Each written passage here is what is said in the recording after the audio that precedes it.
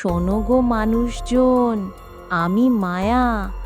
এককালে এই গ্রামেরই মেয়ে ছিলাম।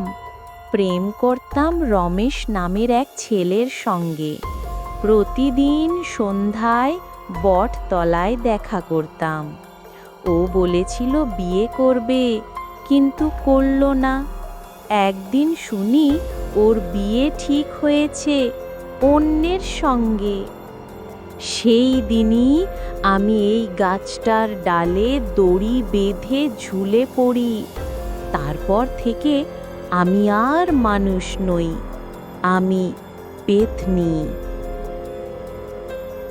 তবে ভয় পেও না, আমি কাউকে মারি না।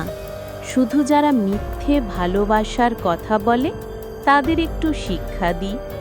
গত সপ্তাহেই এক ছেলেকে দেখলাম প্রেমিকার সাথে প্রতারণা করছে। রাতে ওর ঘরে গিয়ে আয়নার সামনে দাঁড়ালাম, বললাম, মিথ্যেবাদীদের ঘুম হয় না।